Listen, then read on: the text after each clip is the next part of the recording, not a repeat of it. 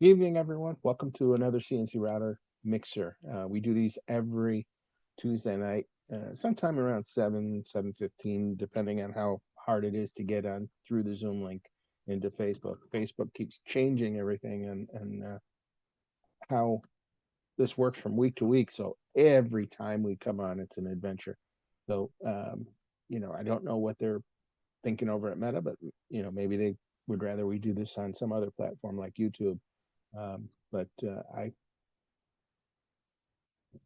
got nothing. I just hope that um, you're able to find this link. I put a link inside of the CNC Router Tips group so that you could join us.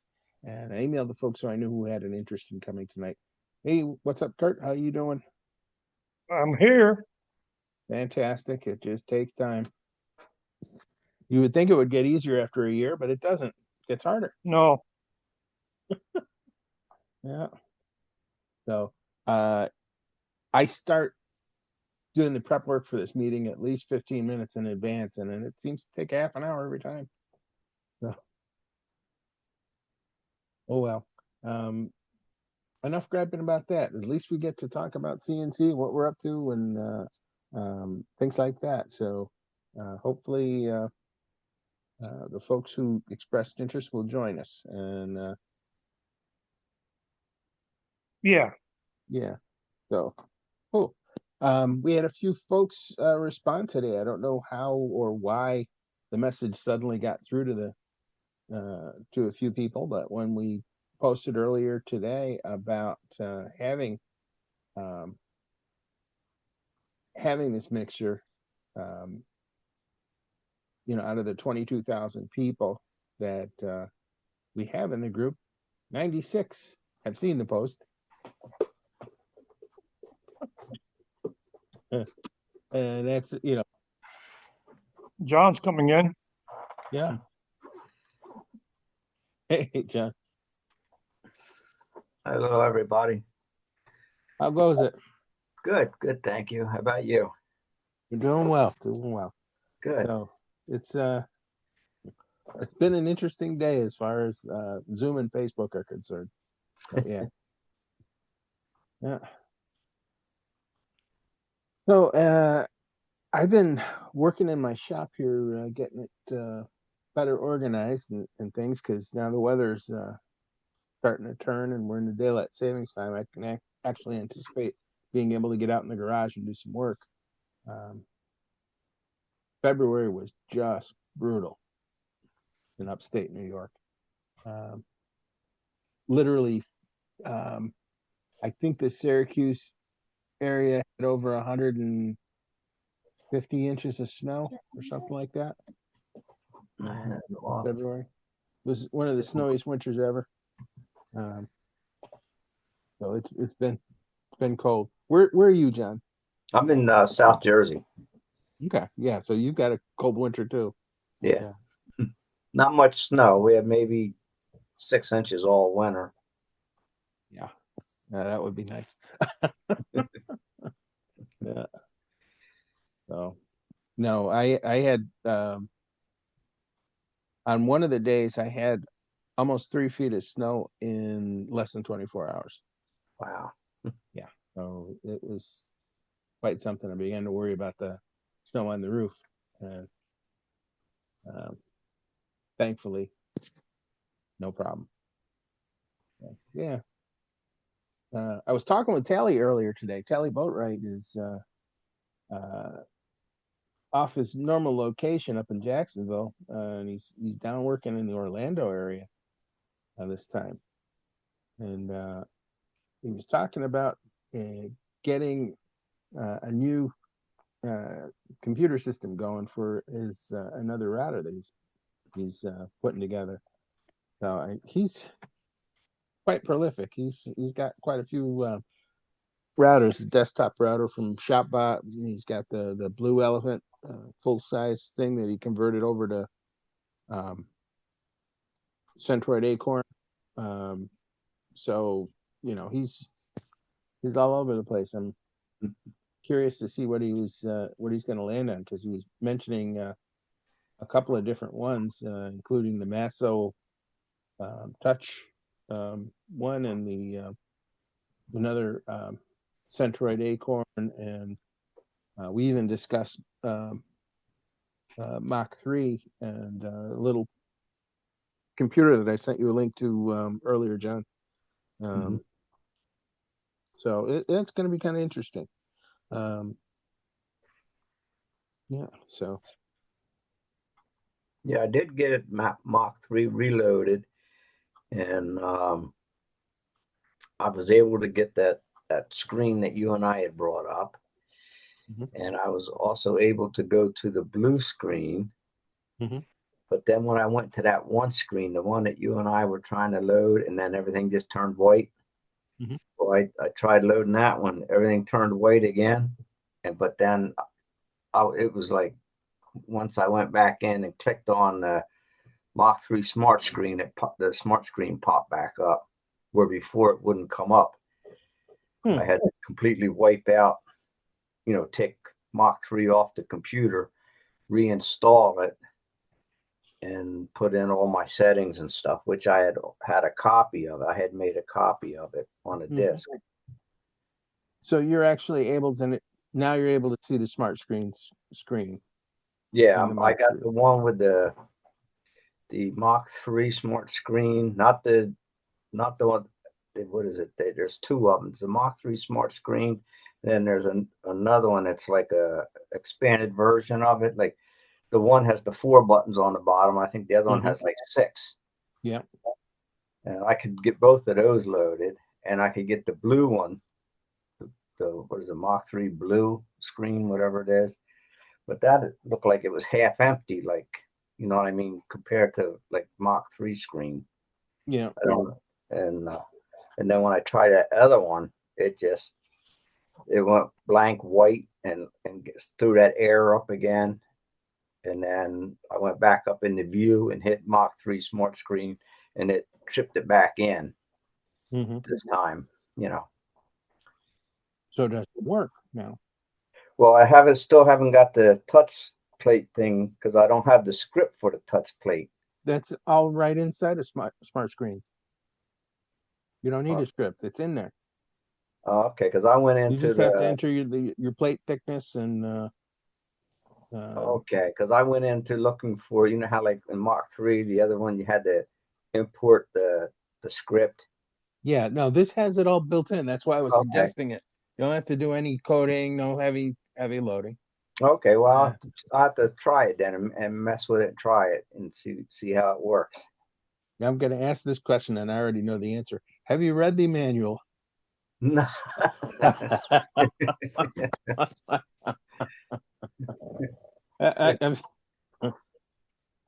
Are you talking about the script inside Mach 3? Yeah,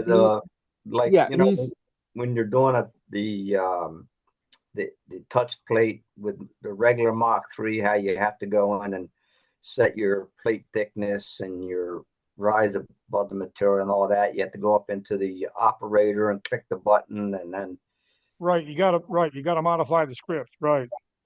Well, Bill's saying that you don't have to do that in the smart screen. It's already built in. What is it? Yeah, the only thing you have to enter is the thickness of the plate. Yeah, the thickness, and then I think the width, the inside the hole, the diameter of the hole. Is smart screen a third-party thing? Yeah, it's a screen set. Okay, all right. Yeah. So Mike, who comes here sometimes for our get-togethers, Mike down in Orlando. He wrote smart screens, and when that's right. Now I remember. Right. Yep. He retired. He made smart screens free, and you put it out there. So before you were paying a small amount. It was like $30 or something like that to get the full thing. But it's the program that he's using to not only use a triple edge finder to find X, Y, and Z zero, but he also has automated his shop around it so that it works with the Amazon devices that listen to your words, which I'm not going to say because I have one sitting here and it'll go off when I do it. Right. But it starts with an A, ends with an A. Right.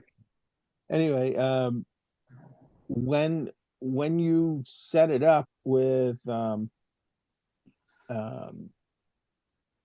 these Wi-Fi devices that plug into your outlets or whatever, you can turn things off and on automatically just by saying that name and then say, turn off this or turn on that or whatever command you want to give it, and it'll activate or deactivate whatever it is and turn it off and on. So if you had like a vacuum cleaner or a vacuum table or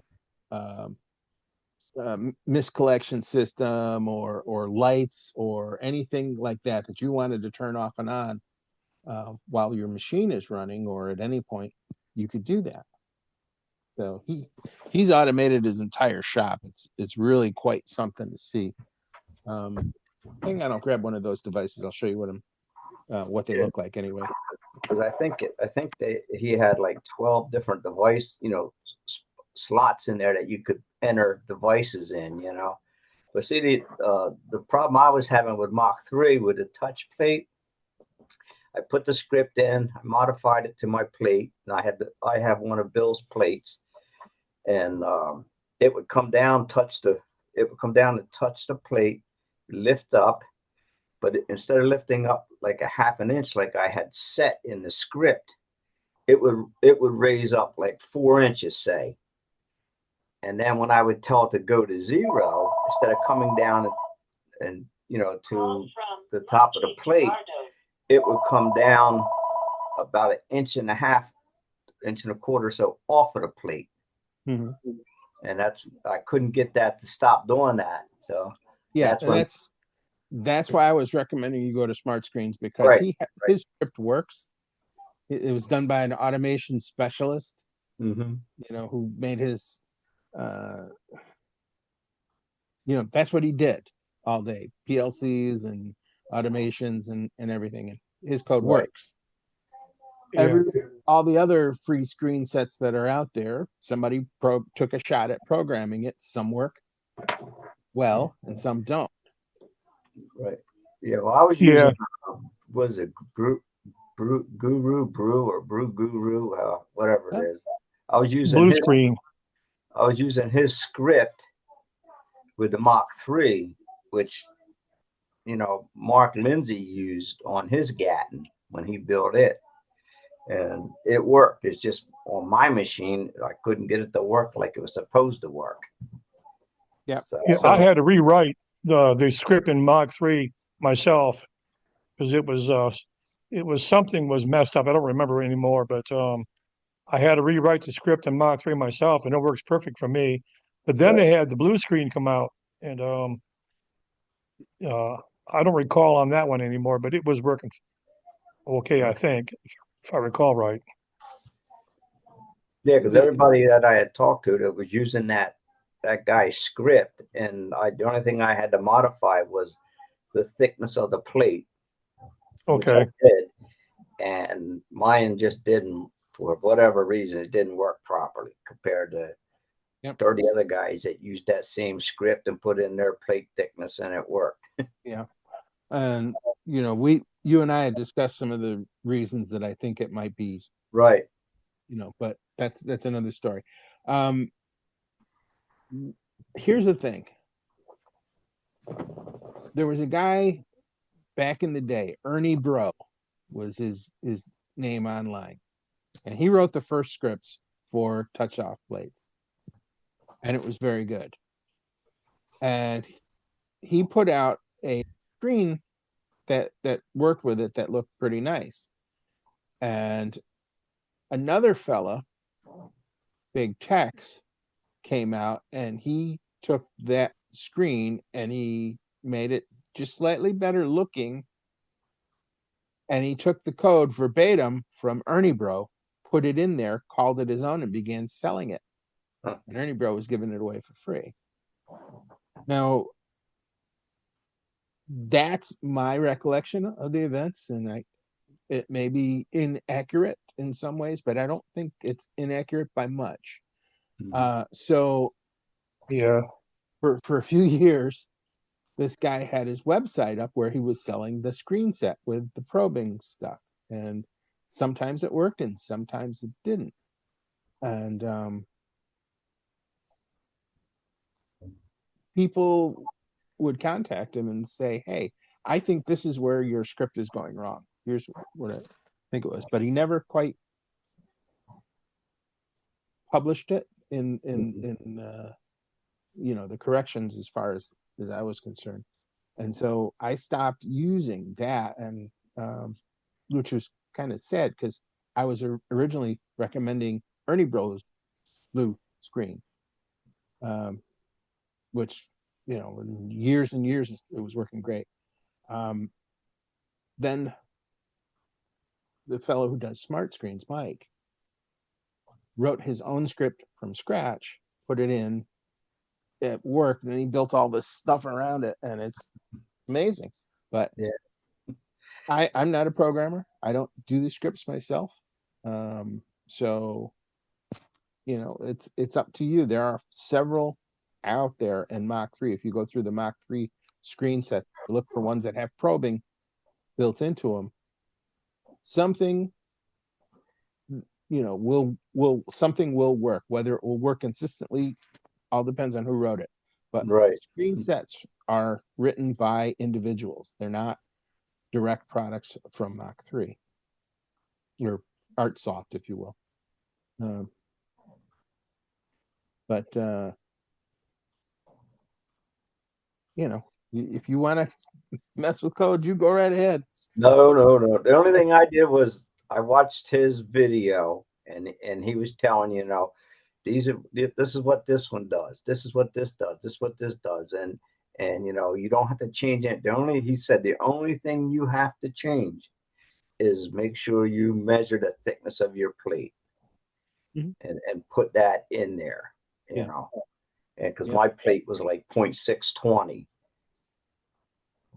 And so I did that, and that was the only thing I changed in the whole, because his height above the material was fine for me, and the speed was perfect. How slow it came down, and its give up point, distance. I just left everything, because it was okay. The errors would come in on some different setups. For example, on the hobby CNC, you'd use a script and it worked fine, but it wouldn't work in the G540 or vice versa. So then, and also depended on how you hooked up your limit switches. If they're all three on one channel, like a lot of people did, then you had to have your script do a certain thing. Okay. And then some people had multiple switches, multiple channels, and you had to have your script for that.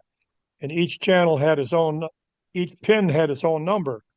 So you had to add the pins together or subtract the pins together for whichever one you wanted to do. So for example, if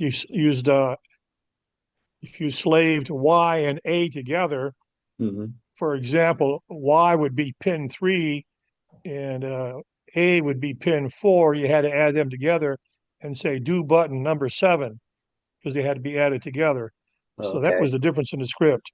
And so depends on how your setup is. Right. Yeah. Well, yeah. So for the average guy, they don't want to bother with that. They don't have the skill, whatever. That's why I was recommending a already done for you solution. Right. Yeah. And plus, it also allowed you to use these, which are smart outlets. Basically, there's a button on the side. You can turn it off and on, or you can send a Wi-Fi signal to it, or I guess they're Bluetooth, not Wi-Fi. No, it's Wi-Fi, I think. Yeah, because it works off your. Yeah. Like my cameras outside, they work off of Wi-Fi. Yeah. So Wi-Fi. So that would you you could have hundreds of these things, and each one has a different IP address, and turn them off and on, and that's all built to smart screens. So anyway, that's why I used it. I had this power strip, and I had this plugged into it, and that would turn off the entire strip. But there's nothing to stop me from having a couple of these onto this power strip, have it turn on the whole power strip, and then you could address each individual one or something like that. But yeah, it's way too much for me. Think about. Yeah, it's like my smartness about computers and stuff, because you spent how many hours trying to help me get that thing worked out, and yeah, I'm no computer guy at all. Well, now that you've got a screen that you can see, you can enter in your 0.620 to the thickness inside of the smart screens. I can give Right. it. There's the instructions. In fact, I sent you the newer instructions the other day. Are pretty simple. Once you do that, you just gotta. Yeah, because I started doing it, and then I said, well, I don't have a script, and I didn't know that you didn't need one, You don't, because I put in the thickness, I put in the hole diameter, which was 1.115, and then I put in there was three things I had to put in, 3 measurements. It was an A, B, and C, and then I had to touch the thing twice, and then it's supposed to give you a check mark to tell you that it's accepted, and then you move it over to a certain area, and then and then you hit the button, and it's supposed to go down, touch the plate, lift up, and then move over, and then come over, hit the inside, go to the other side, to come back, and then go forward, touch, come back, touch, and up, and then your XYZ is set. Yep. According to his instructions, because I watched his video on it about 4 times. Yep. But the video that you watched from him never showed him saying, "Okay, now put in the script." Right. Well, I just didn't, No. But hey, Yeah. like I said, I'm not a computer guy. Yeah. I built my own CNC, and I built my own control module and all that, and wired it, and got everything working, and got all my steps and stuff set, and figured all that out. I have nothing but respect for anybody who gets into CNC, because of the number of disciplines that they need to learn before they can push cycle start or get it to work. Because you've got to learn CAD, drawing, you've got to learn electronics or wiring, or at least how to turn the switches on. Stepper motors. What's a step? What's a direction? Just on and on and on and on. There's so many disciplines that you need to learn just to do CNC. Yeah, it's a lot different than buying one out of a box and put it together and plug it in, and then there you go. Everything's configured for you. Yeah, but I enjoyed that. I enjoyed that immensely. But even the ones that you buy out of the box, most people have no clue what to do with it afterwards. Yeah. Well, I was pretty fortunate. I was good with mechanical. I was a mechanic my whole life. Diesels and gas engines, and building stuff. I built my own home, and I was always good with my hands. I wasn't brain smart, but I was hand smart. Yeah, I bet I was just thinking of this, Kurt. I bet Ned thinks it's a different time. Yeah. In Australia. Yeah, well, we had our daylight savings time here, so he may be an hour out. All right. And live. Just letting them know. Yeah, well, I got a message from you earlier, I guess from, saying that it was going to be at 7 o'clock and whatever. Yep. So then I went on YouTube and I clicked, and usually I get like your little screenshot, showing that it's gonna come on, and I wasn't getting it. And then I went back in my phone trying to find your thing that you had sent out, or Zoom sent out, whoever sent it out, and that's why I couldn't find it. So that's why I messaged you. Yeah, no, I was working on it. I'll tell you, it's been a challenge because the last 3 or 4 times that we've tried to do this, there's no rhyme or reason as to why it suddenly connects and other times it won't. There's 3 check marks when you set up the meeting here, and it's giving me the middle check mark, but not the first check mark. And without the first check mark and the second check mark, the go live button never comes on the screen. So you got to shut things down and turn them back on in different orders until you get the magic 3 lights. It's painful. It is. Hello, Milo. Welcome. Hey, how you guys doing? We're Good. doing well, thanks. I've been watching. I was in the middle of something. Yeah. So it's frustrating and hard to do these meetings, but I still enjoy them. Look forward to them every week because I always learn something or help clear up the fog for somebody who who's having difficulty. So that's Because like I said, I was watching you every week there for a while, and then all of a sudden I wasn't getting any notifications, and I'm going, oh, well, maybe he went off the air. Oh, there's Ned. Yeah. See, they probably missed our whole daylight savings time thing down there or whatever. It really is kind of a silly process. I guess they're going to do away with it next year, maybe. Yeah, Or they're there's talking talk of about it. Yeah. Can't wait. I know they've been talking about it. They started it way back in World War One. Something about saving coal or something, because as a way to save resources because of the war.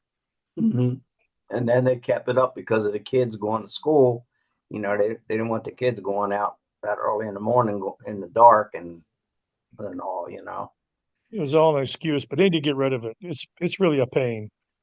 Yeah, I don't really care which way they go. Just pick one. Right. I like it when it's darker later or lighter later. Like what would it be like at this time, Eastern Standard Time? Yeah.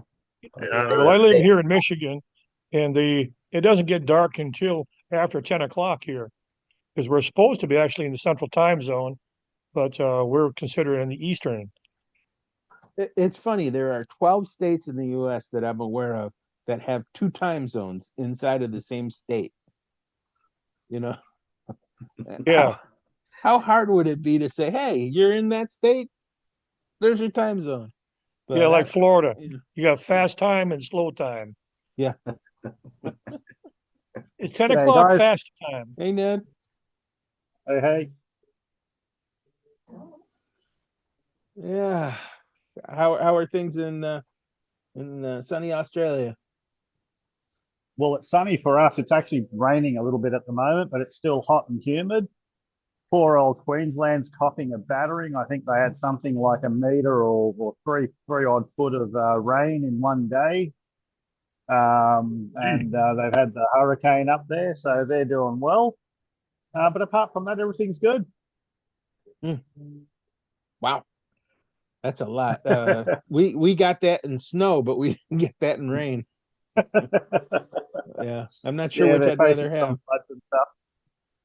I'm going to jump out for a second. I'm just going to leave the room because I got to give my wife a message. Yep. You can mute your microphone while you go if you don't want us to hear. Perfect. Yeah.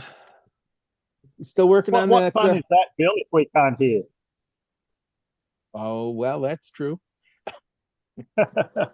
Well, you still working on that project, Dad, with the molding? Which? Oh no, the molding's done. I'm doing the stairs now.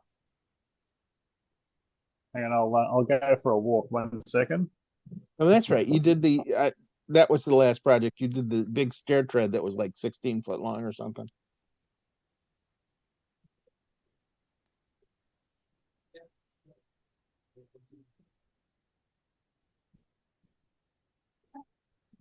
This is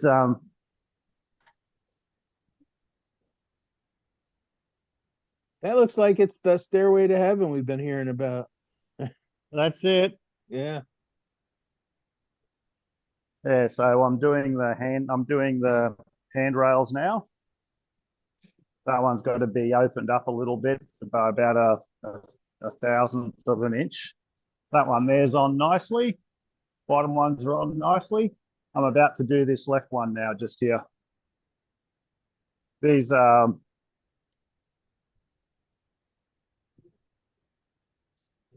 this is my scarf joint here. You can sort of see it nice and tight, all nice and tight. Yeah. So that's what I'm working on at the moment. So this is a straight stairwell or stairway that long. That's got to be quite a height change. It's actually for a person with poor mobility, and it's going alongside an existing stair. And they're only the I don't know all the terms correctly, but We lost you. We couldn't hear you. about 100 mil apart, 4 inches apart. Yeah, the stairs are only 4 inches apart, or 4 inches in height. The treads. Okay.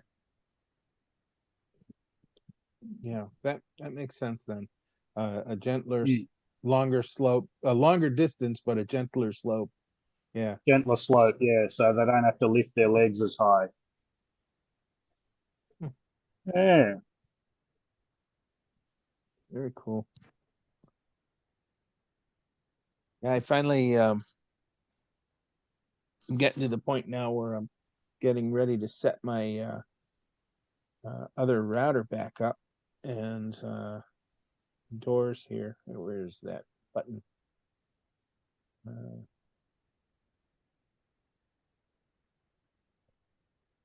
can see it back there. Yeah, so got a bunch of stuff out of the way and everything, but it's only it's a small step craft. I think it's a 600, one of the original series step craft routers, and nice to be able to do the projects I plan to do on it in here. They're less routing, more engraving is what I plan to do. Got a lot of spring loaded drag bits and things like that. Well, I've just started building I'm building two routers myself at the moment. Mind you, my plans have been, I've had these plans since 2021. I've just been slow. I've been collecting the parts, procrastinating with professional skill. And I've started assembling the T-slot. I've got the bed done. It's going to be based on it's not going to be based on the Atmill design. It's the Atmill have copied my design, although they haven't had a chance to see mine yet. But it's going to be very same as the Atmill Altmill design.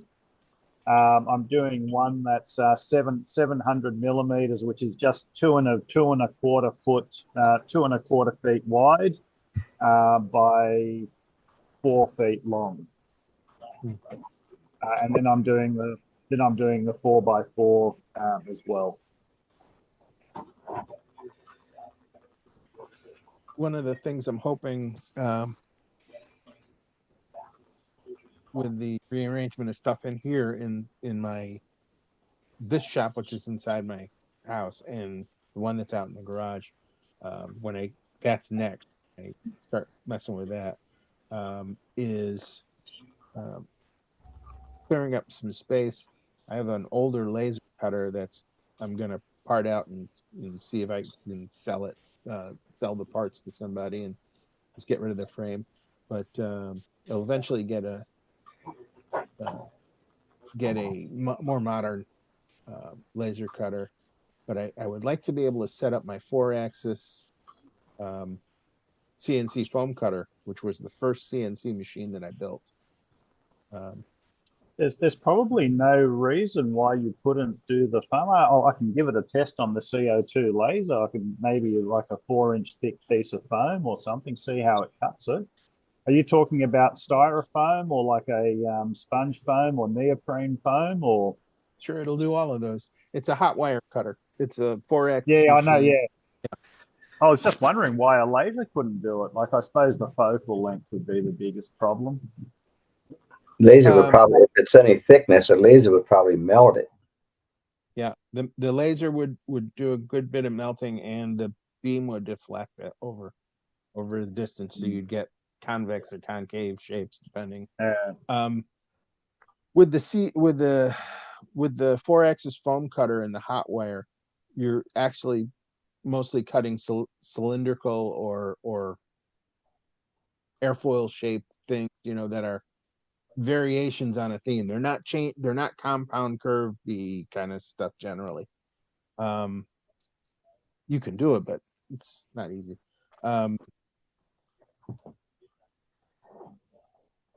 Anyway, I would like to get that set up to do more with the model airplanes like I originally intended. And I designed the thing. It worked great. But at the time I didn't have a workbench long enough for the machine that I had built. I can hear you, but I'll be out of picture for a bit. Yep. So I'd like to set that up probably downstairs or out in the garage and have it available. So it'll be fun. Kurt, what are you showing us? This is what I've been working on. I'm figuring out the drive unit for the X-axis.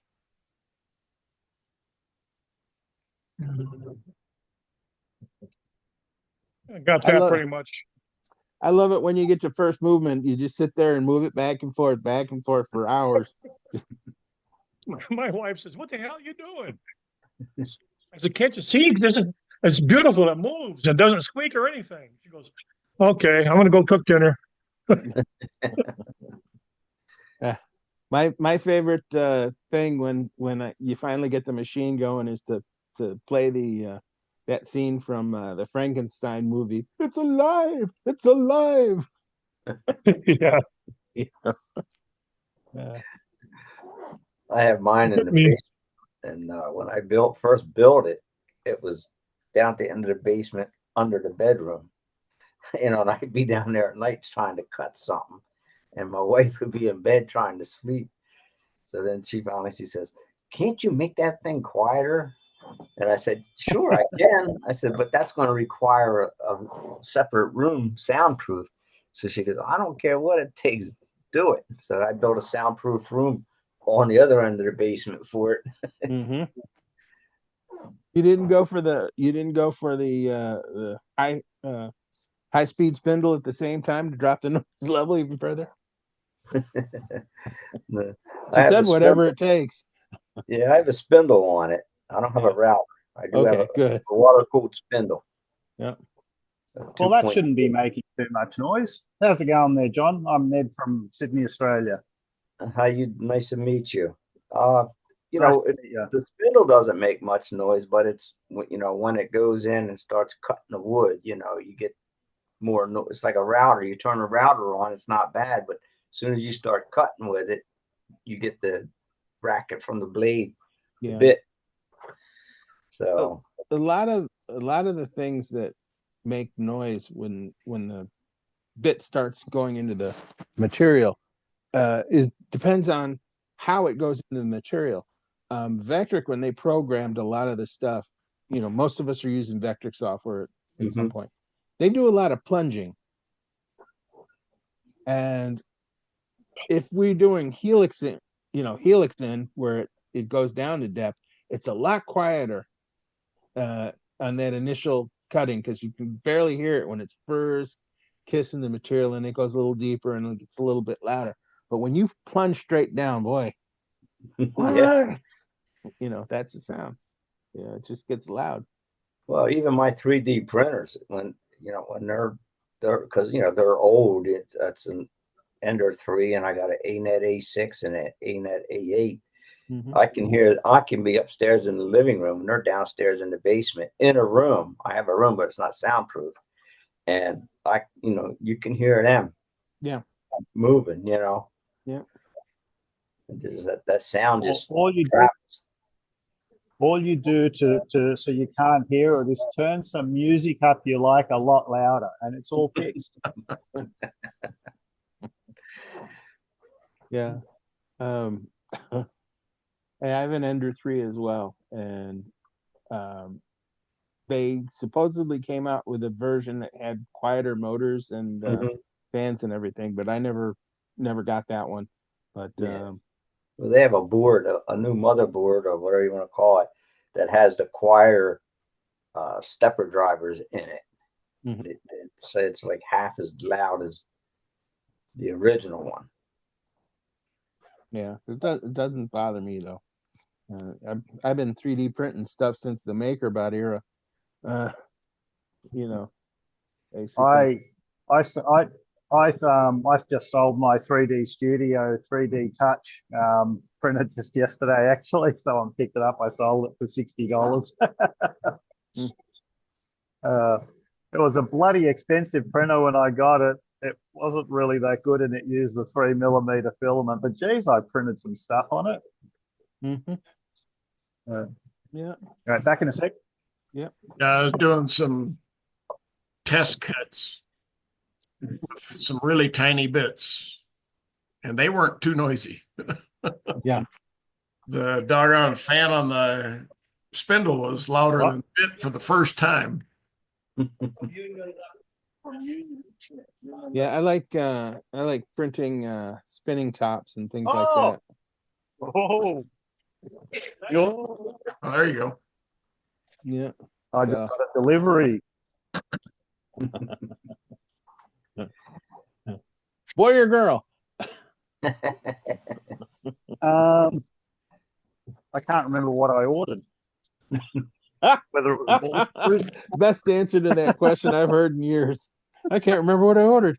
no, sorry. I know what I've ordered, but I don't know the shape is wrong. I'm expecting 8 casters of the of those adjustable with the footmaster or whatever they call them.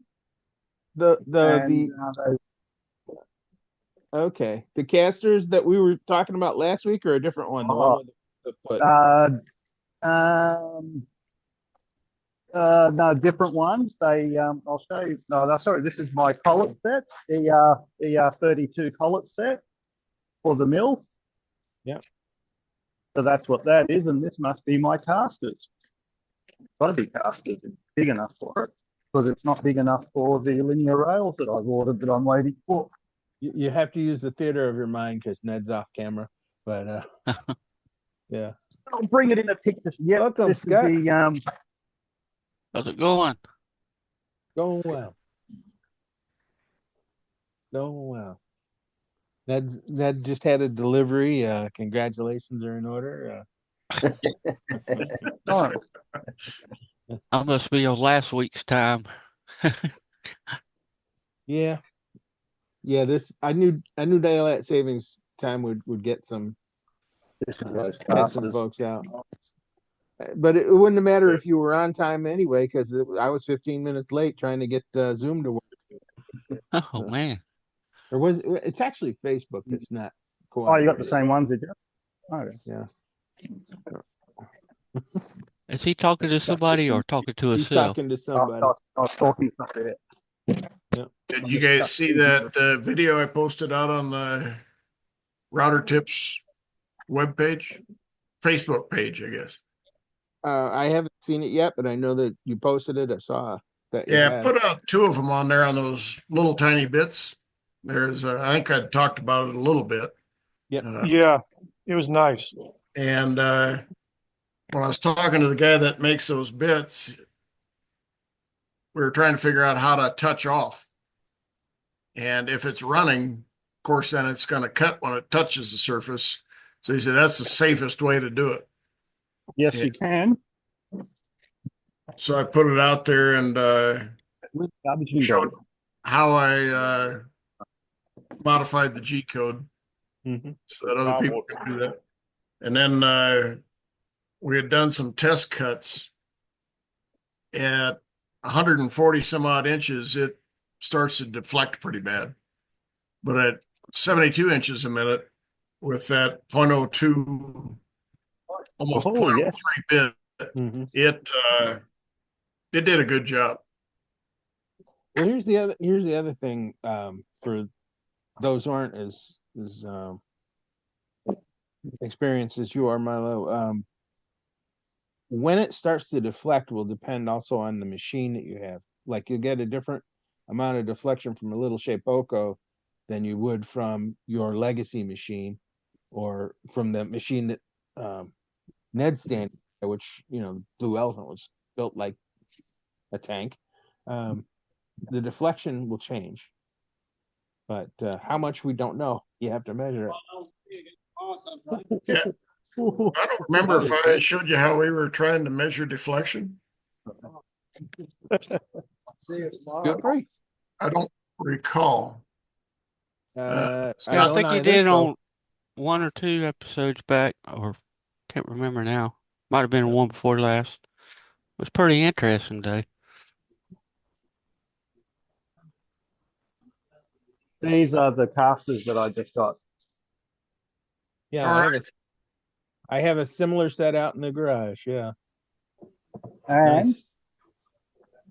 my ER32 set just came in for the mills. Christmas in Australia. It is, yes. Christmas in March. Yeah, so all the parts are coming in for the stuff I'm building. Yes. So we're almost on the same weather pattern as you are now, right? You're going into You just winter. We're just going tried into Winter summer. miserable. How's it going, Milo? Hey, Ned, you just tried to poke us in the eye there. I'm doing the phone. Yeah, I joined your Facebook group there, Milo. Saw that this morning. Yeah, here was the kind of the setup. We had come on. That's the size bit I'm dealing with. 0.0285 down here at the tip is kind of a tapered bit. It goes down into a straight line. Here's what we were trying to do to determine bit deflection. We'd cut one way and one the other way, put a feeler gauge in here and see if you could see down beside it, and then move down the line, offsetting these 1/1000th of an inch over until you finally found the ones that would line up. And these deflected between 3 and 4/1000ths of an inch is what it finally came down to. But these things are so sensitive that if you accidentally, you can't do a touch off pad because they're too small and you would snap them. Piece of paper underneath there. If you happen to pierce the paper and you pull on the paper at the wrong time, you could actually snap that tip off. And so the thought was, okay, we got to come up with another way of doing this. And out here on the group site, Let me move you guys off the side of the screen here. Let's go full screen here and kill the sound. This was put out here is that you bring it down close as you dare without touching. Just color in a spot with a pencil. And the idea is when the bit touches the surface, and you want to do it with the bit running because that's when it's able to handle the side loads. And so I came down as close as I dared. And I was about to say, yes, I was about to say, yeah, I normally do those while they're spinning. That way they've got heaps of strength, but any other time they just break. Yeah, I'm doing a 1/4-inch circle, and I've modified the G code to where it will automatically reset Z0 every time the program is run. And right there, you can see where it just left a little smile mark here.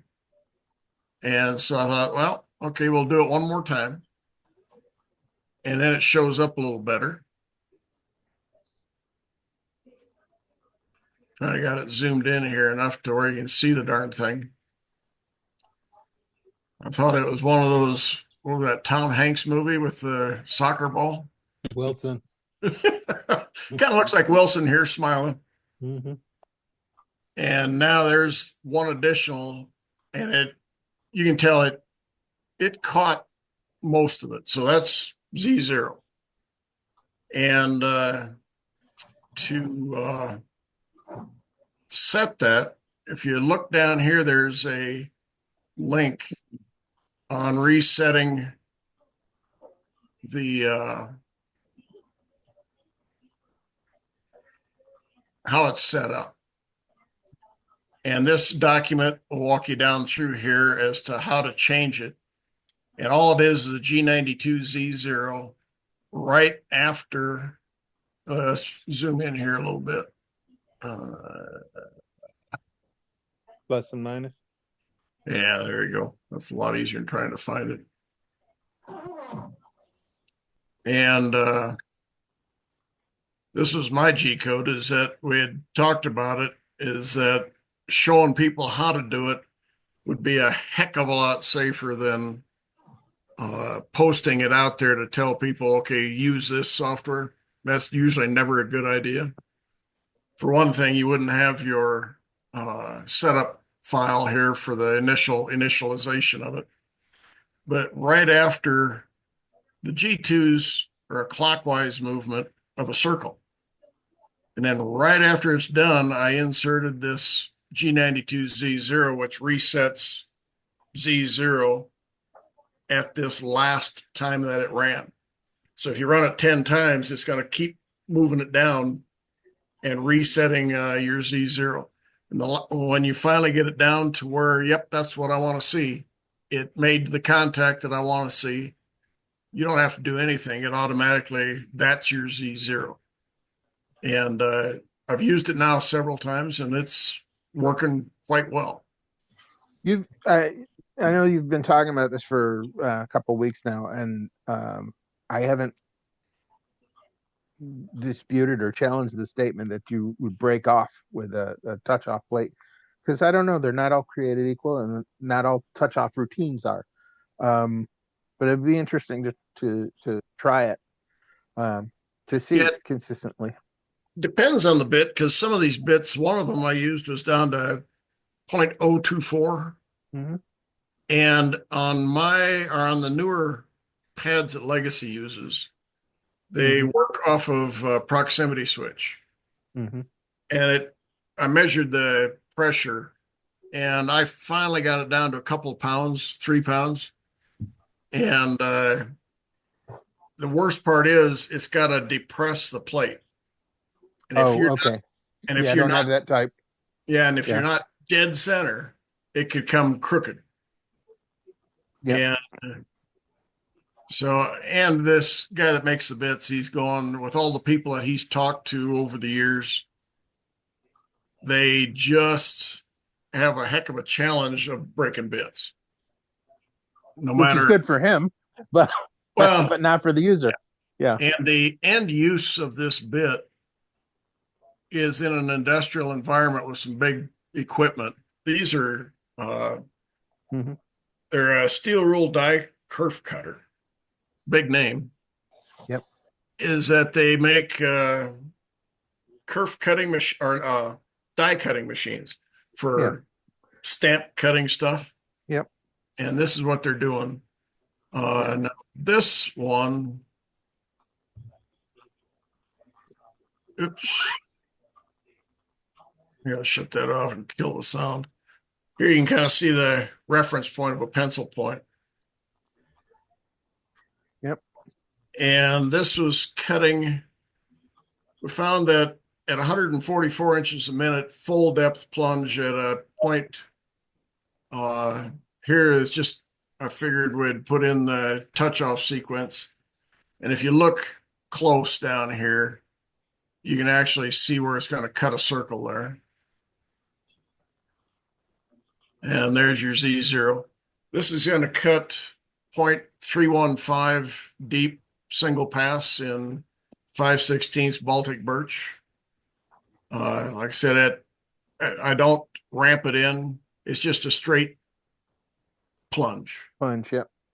And this is doing a 1/4 inch tabs that are just cutouts in the vector to kind of hold it together. Because I was doing several repeating small patterns inside. Very little sound out of the bit. Like if I turn the sound on, all you're going to hear is a fan on the spindle. And you can see that was a hard 90-degree corner there. And then here it's just, we did several offsetting patterns, 1/2 inch inside of each other. And that's all that really is. But We used to do a lot of die cutting in model airplane kits. okay, very good. Yeah. Yeah, the cutouts, they did really good. I was surprised how well they did. He actually has 3 bits here. On one test, we thought we'd pre-cut it with a 1/16 inch, 1/8 inch shaft tapered ball nose, and then come in with that bit you just saw going full depth as to try to see if it changes the deflection. And so far, it looks like just plunging in does an acceptable job. This second one here is what he calls the clean out tool. It really isn't cutting anything. It's a little bit smaller than this bit. And this one, we were running at 200 inches a minute because all it's doing is going down through the chips, breaking them up so that all you got to do is just turn the board upside down and smack it, and all the sawdust is out of it. If you do just this bit, it kind of packed it in behind it, and you had to take a little more effort to blow it out. This pattern took me about almost 3 minutes to blow out all these points. So by running it slower with the cleanup bit, or going faster with the bit that didn't really throw the debris out, and the cleanup time, the 2 times were the same. And I says, hey, these bits aren't even pulling. Well, of course, they ain't got to pull a spindle like that, but you can tell by sound they weren't struggling at all. Yeah. And the trouble is, you get too high on speed, you get deflection. So trying to find the balance, saying, okay, do you pre-clear it with this V-bit and then haul the male here on this smaller one? Because they were doing these things, and this was at a 24,000 RPM spindle. The guys that usually cut these are using 40,000 RPM, and they were only moving 30 inches a minute. And of course, they're burning up the bits. And here we're doing 24,000 at 72 inches a minute and getting a good cut. So we've already increased their speed quite a bit. But yeah, interesting, different thing that I had not been exposed to on these die cuts.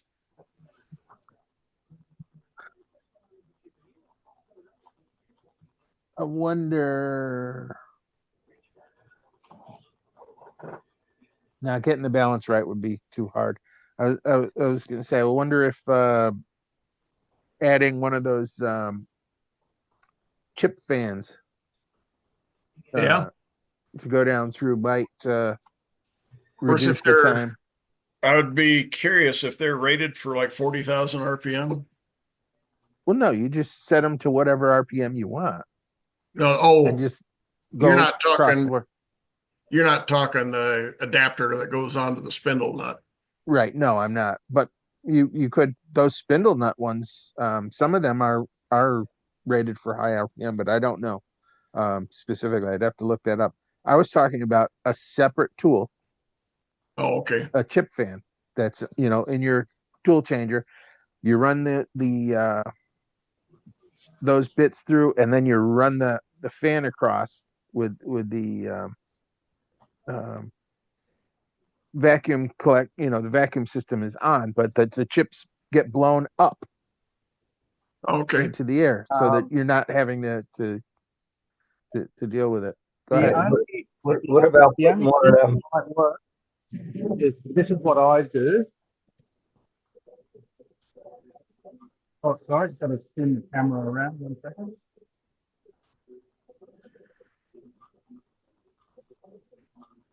He's not down under, he's down on the side. That's because I was holding the thing wrong. Change If I the- use, and I will bring that right down, and I've got the regulator there. And I'll have that blowing right into the cut, particularly when we do some of the deeper cuts to get rid of the chips. But with what Milo's doing, I don't think it'll work. It's a very, very tight groove. Let me show you what I was talking about. Now these are just ones that I picked up at random from a Google search, but there's lots of companies that have different versions of this that different fan lengths, different price point. $300 really for what's essentially a radio controlled folding propeller on a Are you talking arbor. about the ducted fans? Are you talking about the ducted fans or like little tiny ones that are No, maybe an inch? no, inch and a half diameter? these are not ducted fans. This fits right up into the ATC or whatever, as just like any other tool. And when they're running, the blades open up under spring load. Here, I'll show you the video real quick. Jeez, Okay. I'd be searching for cover, I'm thinking. Oh no, they're rated for a lot of RPM, but Never seen it. this one is particularly large. I was But about they to say, use Yep. these quite a bit to clear aluminum chips and wood chips and things like that. Would not have pictured that, but okay.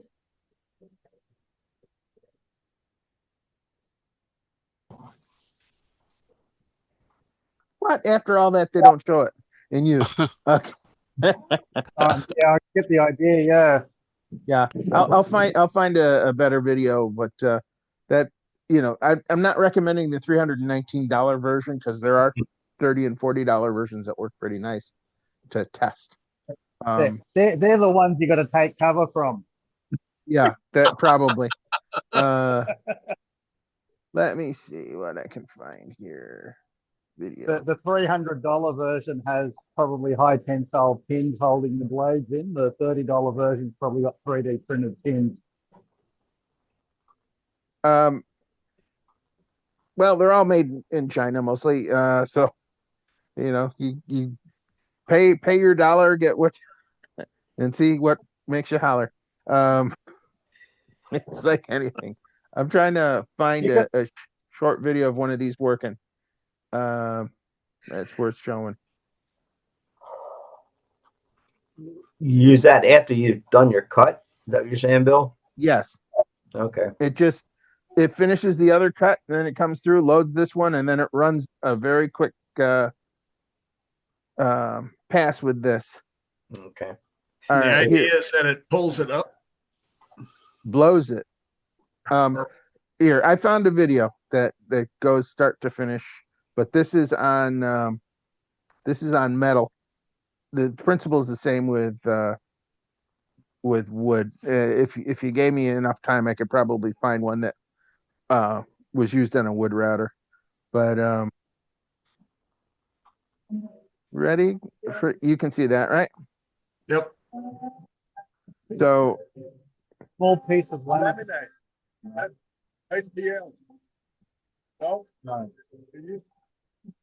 Oh, you mean like this? so you can see him going through, and he made his cut, and there's chips all over the place.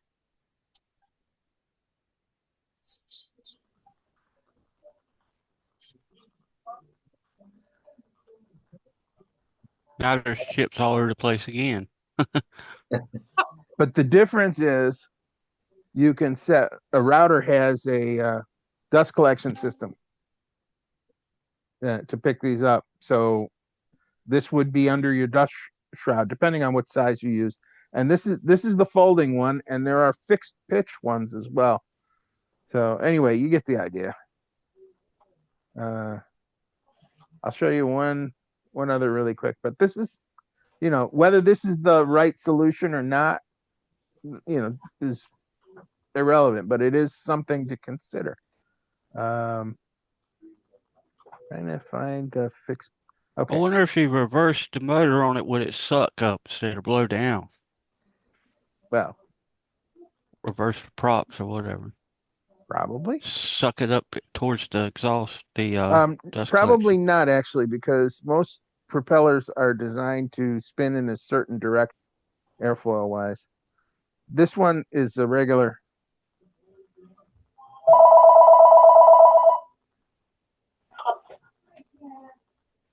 So I'm there's not no here. folding involved on that one. And that was advanced. That one had through spindle coolant on it. But anyway, you get the idea. There are using these in industry. So it's a solution that's out there. It's just a matter of whether it's the right solution for the die cutter guys. But I guess they're using them like in between bit changes so that you can get the material out of the way. So when your new bit comes in, it's you're not not trying to recutting. cut chips. Yeah, it's not recutting chips. Yep.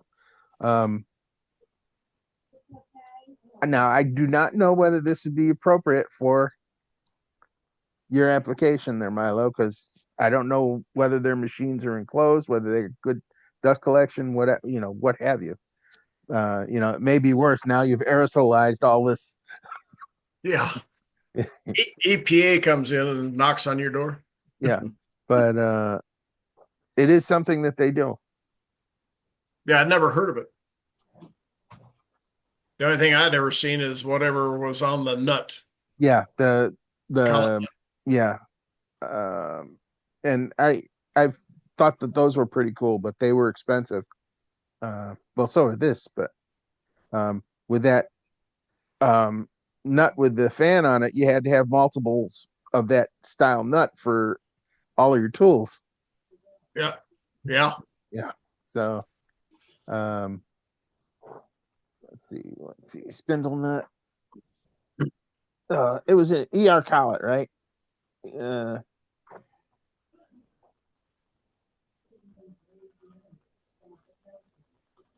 Spindle nut.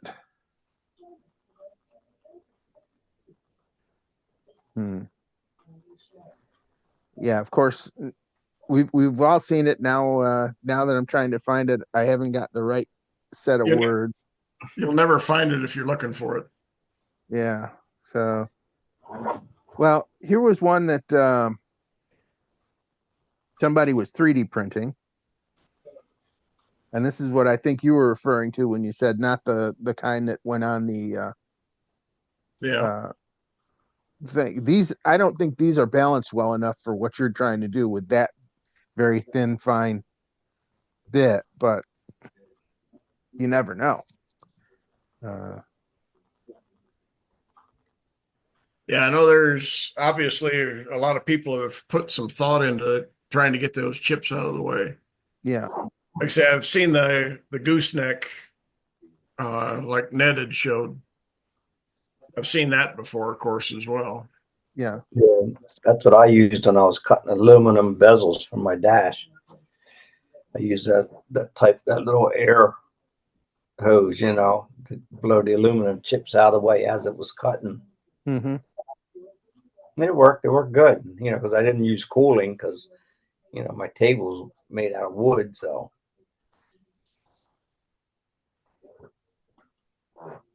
Yeah. Ooh, this one's nice. Hmm.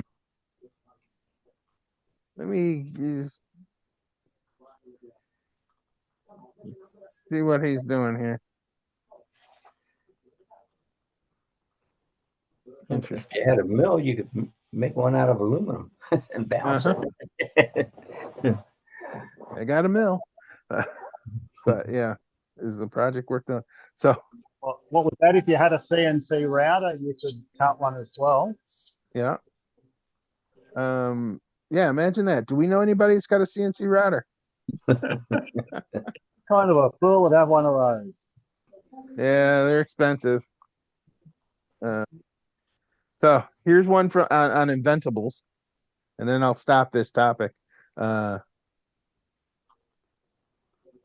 one looks kind of cool.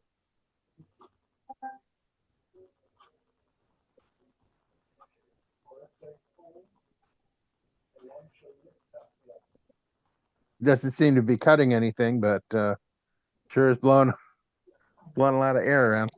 I wonder if that helped keep your bit cool. I would have to read through the blurb to find out, but I think chip load would play a bigger factor on cooling the bit. Yeah. mm-hmm. Anyway, that was that. They just spinning. As long as But you got good yeah. dust collection, it'd be fine. But if you don't, you go cutting MDF or something like that, you'd be in bad shape. Be all over the shop. Yeah. Blow your nose and make a whole sheet of MDF. Yeah, or cut epoxy. Yeah. Or glass. Ugh. Yeah. Fiberglass. Oh man. There was somebody who was building a chip fan into the spindle nut itself, and it was machined steel ER nut that was like that. But Yeah, I remember Yeah, I seeing that saw also. I saw that one time. Actually, I would like to see when that. I might have to do a search and see when that was. When that was actually who came up with that nut and when. Although I didn't put it on the nut, and I've got it posted up on Thingiverse. I actually built a dust extractor dust tube back at the start of 2020. And I did that. I 3D printed a little fan that slipped onto the actual shaft behind the collet, and that worked pretty well. I'll dig up a link for it. chip fan collet. Come on, it's got to be here somewhere. Oh well. Anyway, if you find such a beast out there, and anybody listening in and watching who's not trying to run a Zoom meeting at the same time can find that, great. Let us know. Put a link in the comments, and we'll be glad to share that with folks. But I know I've seen it. It was about 3 or 4 years ago. In fact, we discussed them probably a year and a half ago, maybe a year ago. It came up in one of the meetings. I just don't remember which. This is getting awful close to what I recall. That's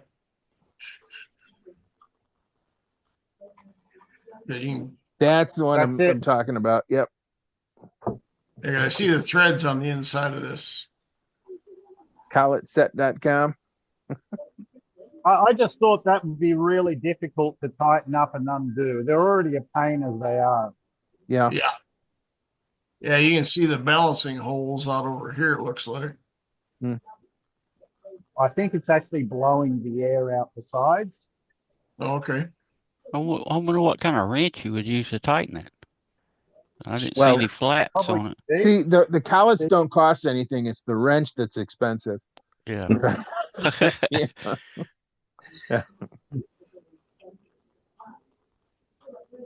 Get a free collet when you buy this wrench. Yeah. Yeah. And if you get it from Snap-on, by the time your kids graduate high school, you'll have it paid off.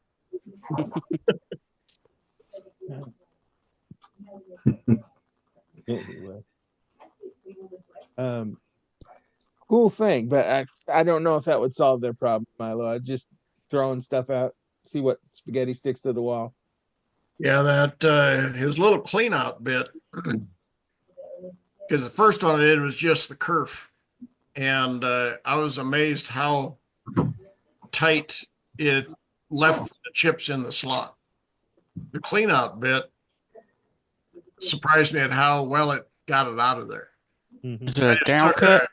I just took a shop vac and it was gone. With just the kerf, I tried to shop vac and I turned it upside down. I hit it a few times and it was still full. I had a 90 PSI air gun touching the surface and I had to go down each and every line and I couldn't go very fast. They were in there that tight. So is that bit a down cut? Is what's No, it's packing them in there? upcut. It's still packing them in like that? Yeah. I was kind of surprised. Isn't it like 6 flute or something like that? 5 flute, so they aren't very deep to extract the chips. And then of course it flares out once it gets up there. So Yeah. for chip extraction, it's designed for the end cut, but Yeah. yeah, pretty interesting process, that die cutting. The downside of that bit is you always wear out the tip before you wear out the sides. And there's nothing really that you can do with it for the sides. Nope. Yeah. We were talking about touching those things off a while ago. I got an Amana V-bit. It's got a .005 tip on it, but it's a straight tip. It's not a ball tip. And I used to touch off on the machine. It's got a pad like you were talking about. Yours had, Milo, that's got a spring sensor when it goes down and pushes the pad down. Yeah. And it did fine on it. But the pad's not metal. It's some kind of like synthetic material. So I don't know if that has anything to do, or maybe just the tension's a lot less on that particular one. Yeah. I don't think it broke it. It might have. I just hadn't noticed it. You wouldn't notice it until you were under a microscope, probably. Yeah. Well, I was just going to bring that up. I bought one of those little, they aren't very expensive. And the group guys that we got up around here in Denver, the CNC group, it was just a little deal off Amazon. Yeah, and hooks up to your telephone. You can see it. And the guy, Scott, you were talking about the 5,000 tip V-bit. That's exactly what he had on a 15-degree bit. Yeah. Super sharp. He didn't even realize that he broke the tip. They were looking under the microscope, and he goes, "Wait a minute, that bit's broke." Yeah. But a naked eye, you couldn't see it. I'm actually looking at pulling apart one of those microscopes and putting it into ER32 collet, and so I can put it in the CNC, so I can actually. I've got to find the joins between 2 veneers so I can V-groove and stuff like that. And I need something with a little bit of visual assistance. That would be pretty cool. Here's my design of the propeller inside the dust tube that I 3D printed, and that was in October 2019. Mm-hmm. You didn't get a patent on it? Hey, it doesn't matter. The Chinese copy everything. Yep. Go Remember change you were one little talking. thing. Remember you were talking about that a while ago.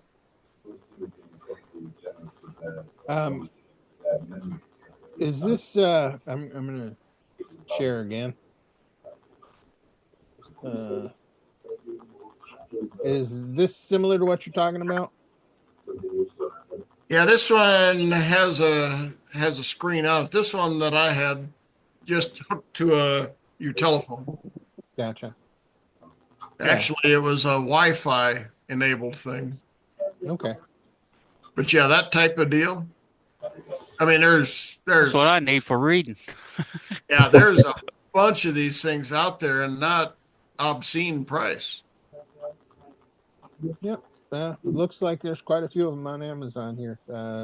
Here's one that might be similar to what you got, but it's Actually, I within. think it was down lower on your screen just a few seconds ago. Yeah, right. Oh. Yeah, that style, and then there's several different hookups, Mhm. and they got different stands for them as well, and they work pretty well. This thing it's Wi-Fi enabled, Mhm. and you hook it up to your phone, and you got to enable the Wi-Fi network for the camera, and you can take photos or snapshots with it and whatnot. I was more curious if it was something to play with, but I took a digital caliper because I knew the V bit that I had had a 15 thousandths tip. I was able to focus on it, bring the caliper in, set to 15 thousandths, and you could tell the tip of the V bit and the caliper. You could see that pretty easy. Interesting stuff. Oh, they got all kinds of stuff. Like I said, there half the time is knowing which question to ask in order to find the darn thing. Yeah. It has gotten to that point. If you know what a thing is called, you can find it quick. If you don't, you just got to throw words at it. Well, this thing, I got a couple little spotlights, and darn if they don't hook up to a C-type USB port. Mm-hmm. They assume you're going to be real close to a computer, and they the telephone hookup was actually better than the computer, but they're for $40. I don't know what you expect. Yeah. Actually did a better job than I anticipated. Mm-hmm. I was thinking it was going to be a $40 day and throw it in the trash, but I figured it'd be great for reading the instructions on medicine bottles. Yeah.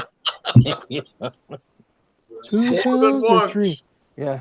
More than once I've taken a picture and blown up where I can see. Be good for soldering on little circuit boards and stuff. Yep. Yeah, I used to use what they call it, a stereoscope. Gonna put her up? Yeah. And a jeweler's glass. Yeah, do high reliability soldering under those things. No. Oh, that one's right. Yeah, I had one of those little flip down visors with the different focal length things. You get down, you look like Doc Brown. Yeah. Yeah. Yeah. Yeah. Pretty cool.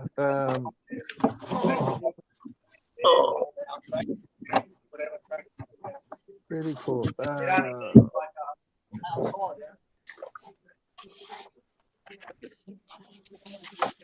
Yeah. One thing about cleaning out my closet and shop space there was finding out just how many different stepper motors and motors of all kinds I had collected and put away. I was like, oh, I forgot all about that. And as soon as you throw it away. Yeah, you'll need it. Um, the other interesting thing was I found a bunch of printed circuit boards, and I'm looking at them and says, "What in the world was this for?" And somebody solved a unique problem or whatever in one of the forums, and they were making printed circuit boards, and I ordered the boards, but neglected to write down what the boards were for. I eventually found the information about it, but I had all these brand new unpopulated circuit boards, and in some cases, I had the components that I was going to populate it with just still sitting in a bag, but it apparently got less important over time. So probably It's not not. what do they call that? A round to it job? Yeah, exactly.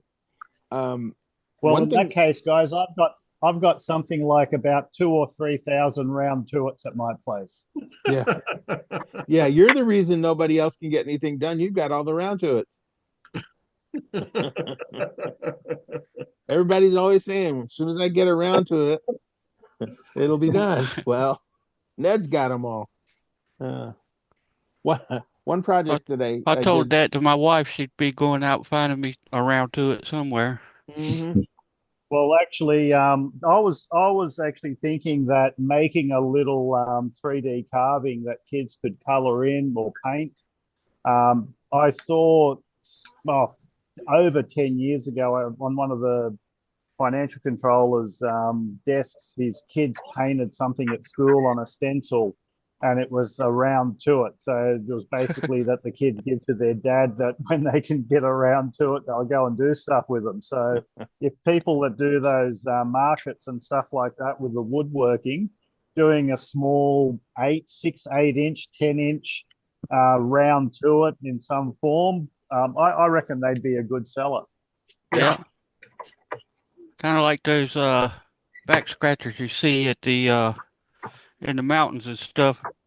I've seen them in the mountains of North Carolina. It's some kind of nut on a stick. It's called a nut I, a nut scratcher. I've seen you guys use them in Carolina, but over here we call them 12-gauge shotguns.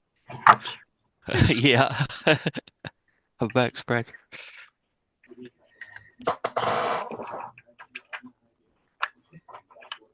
One of the put my microphone back in. One of the projects that I had worked on was I built a digital readout, fixed circuit board, LEDs and digital readout for putting onto one of my machines that I had built. And one thing that I found in amongst all the other stuff,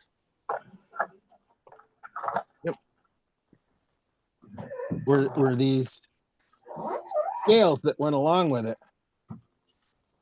So it's like the Harbor Freight calipers or whatever, but these plugged in through a socket in the top of them, and the other end plugged into the to the digital readout. And it would take, as your machine moves back and forth, and it would display the position of what you were doing. So it was great for manual machining. But I had completely completed that project and sold the milling machine that went along with it. All I had to do was take these little brackets and mount it on there, and it would have been done. So these are probably going up on the marketplace. There you go. Because I'm sure somebody else will be, wanting to add a digital readout to their mini mill or whatever.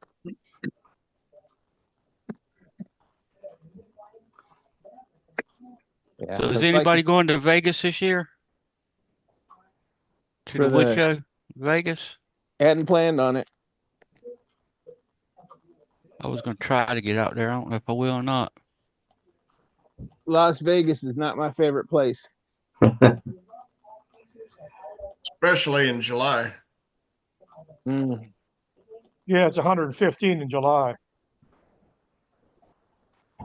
I don't Well, plan on being on outside too much. I just want to go look at the tool show.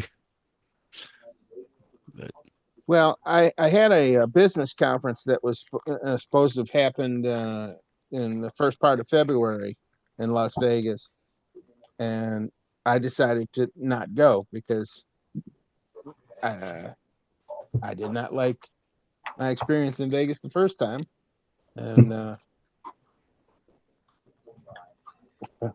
for me, the problem was the smoke.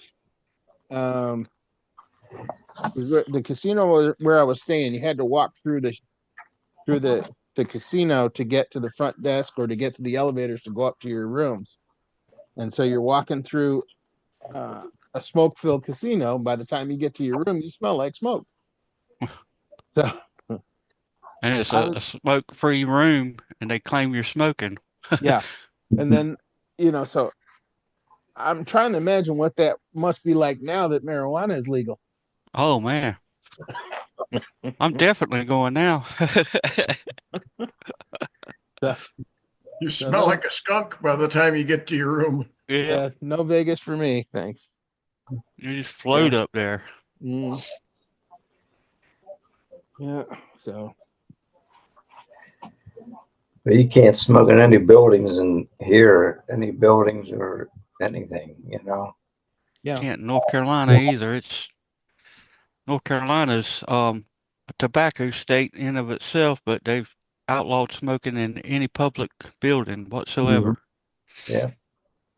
They even had people trying to get uh, get it banned smoking in a car if you had your children in there. Mm-hmm. Yeah, I remember that one. Mm. Yeah, that would be I mean, I don't know about enforcing it or nothing, but that is a health hazard. Think about it in a small enclosed place like a car. No matter if you got the window cracked or not, it's still not good. Not for the kids anyhow. Not good for anybody, but That changing back the subject, that digital readout.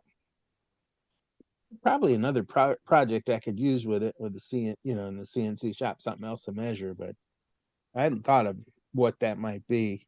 Um, but the control unit readout was really cool.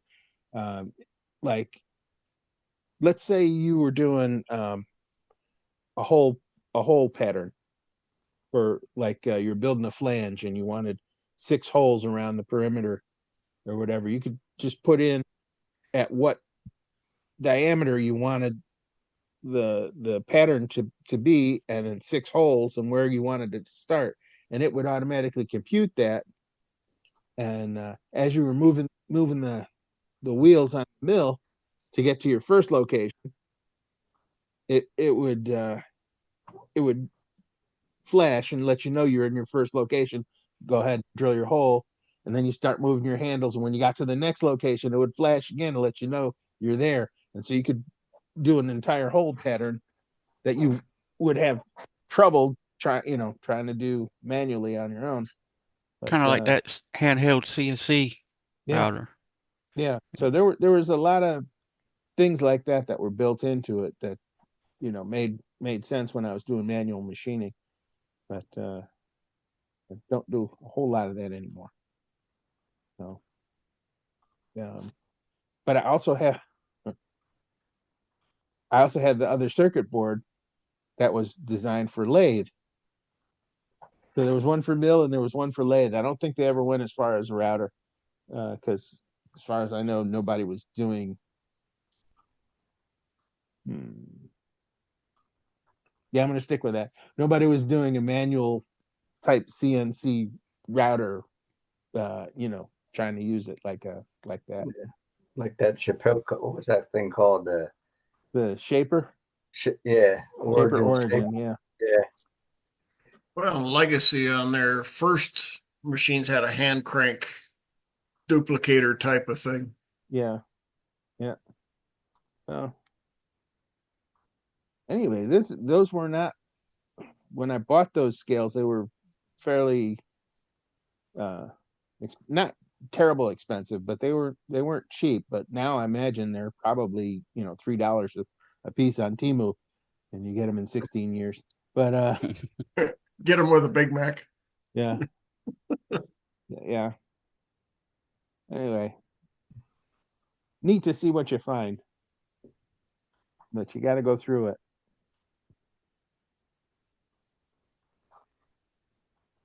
All right, guys. Anybody else got anything interesting they want to talk about? No, I don't. I'm gonna go down and try that program, see if it works. Read the instructions, at least the 2 pages that tell you once you set in your plate depth and then how to use it. I know it's 39 pages or whatever, but you only probably need to read about 6 of them. But Does that do a double touch where it No, finds it, then comes back to measure it? no, it just comes. Well, I really don't know because I've never got it to work right. But originally it was supposed to come down, touch the plate, and then raise up, say, a half an inch above the material. And then and basically that was what I was trying just to get set, was a Z touch. But now if I can get the X and Y, Yeah, I think Legacy's macro on the touch plates, the solid plates, they'd come down fast. Well, relatively speaking. Find the plate, retract. Oh, couldn't have been a quarter of an inch. And then come down much, much slower on the second touch for the measurement. And then retract full up. Yep. It really depends on which macro you're using as to whether they do double touch.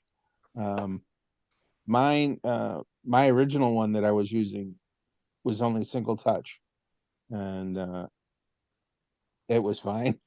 Yeah. It was fine for everything I did. In fact, I get impatient waiting on that slow probe, but that's just me because I'm like, let's go when I'm in the shop. Oh yeah. Yeah. Well, and that's where Legacy did another add-in to it where they would do a rapid probe based on the longest bit you have. Mm-hmm. And then it'd come down within a half inch of the pad quick on that long bit. Yep. And then on the shorter bits, of course, it'd rapid down to one area and then slow down for the rest. Yeah. Because the people that are impatient, Bill. Yeah. And that's the way that the Tormach probes, that's the way most things do. Oh, now. do they? Yeah. Oh, okay. They'll then go slow. Yeah. So they'll wrap it over, plunge down to whatever the safe height is, and then go to a much, much slower feed rate from there. Kind of like Z1 and Z2 and Vector. Mm-hmm. Yep. So there's a lot of ways to skin this cat. It's just it all depends on what software you're using, what's your purpose. You'll have the perfect solution until tomorrow. Yeah. Yeah. Yeah. But I'm just glad that John didn't have a deadline looming, because it's been 2 weeks? Yeah, something like that. Yeah, maybe longer. 2 weeks. It's been longer than that. Since you got a hold of me. I was messing with it a long time ago, and then I just gave up on it. And then I forget what I was doing, because originally I made just a piece of aluminum angle, to make the touch plate. And then my mailman says, "Oh, I got 3 of them. I'll give you one." So he gave me the one touch, the Mhm. one. And then I said, well, let me try again, see if I can get this figured out. And Yeah, I'd like to know who your mailman is, but don't tell me live. If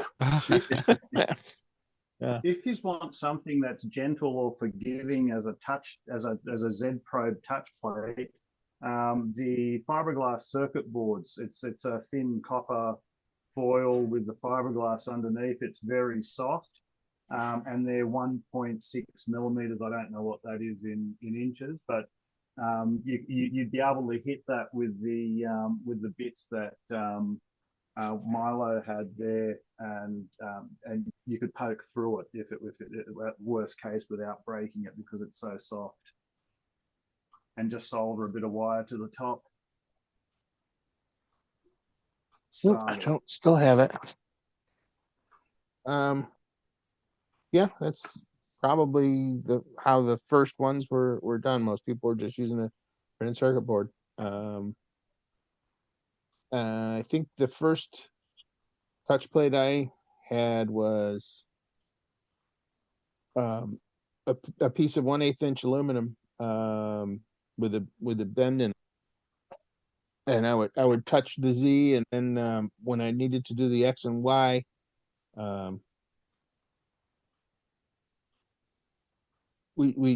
I'd mess around with another thing, and then I got to thinking one day. I said, why don't I build all of this into one thing? And that's how the triple edge finder came out. And after that, I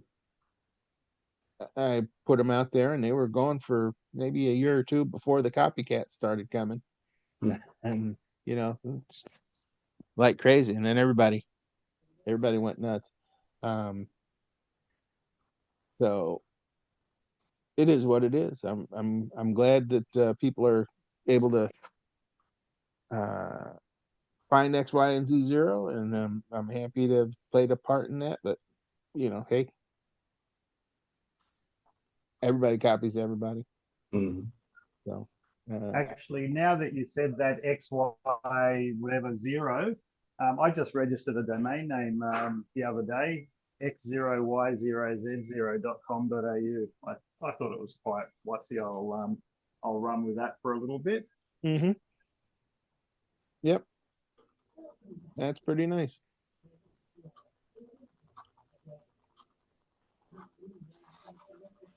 All right, guys, it's 9 o'clock. Anybody got any last thoughts? Ned? Looks like Ned's in the basement. Even I'm lost for words at the moment. Well, we're gonna take that as a sign. Listen, if you'd See like you later, man. if you'd like to join us next week and Tuesday at 7 p.m. Eastern, I guess we're on daylight time now, aren't we?